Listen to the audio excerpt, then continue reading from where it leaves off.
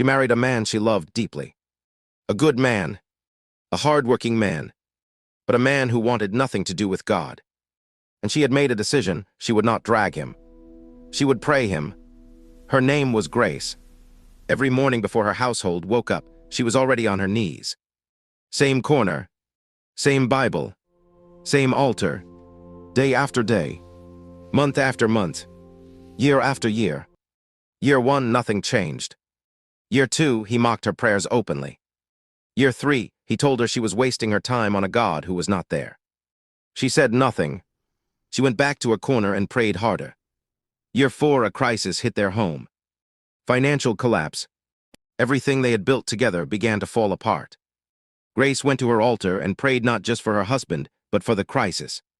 She declared restoration over what the enemy had stolen. Year 5, her husband lost his job. Year 6, her own health began to fail. People around her said, "Grace, where is your God now?" She said, "Exactly where he has always been.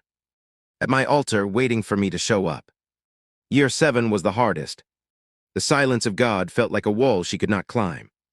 She told a close friend, "I am tired. I do not know how much longer I can hold this." Her friend said, "Grace, the wall is about to become a door." On a Tuesday morning in Year 8, her husband walked into the kitchen while she was at her altar.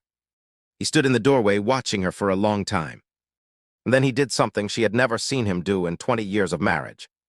He sat down beside her, on the floor, and he wept. He said, "I don't know what I believe, but whatever you have been praying all these years, I want it. I need it. I cannot keep living without it." Grace held her husband on that kitchen floor, and they prayed together for the first time in their marriage. 20 years of waiting. 7 years of an altar. God showed up on a Tuesday morning in a kitchen in the most ordinary moment. Within 6 months, her husband had not just come to faith, he had become one of the most passionate men of prayer in their community. The man who had mocked her altar was now building one of his own.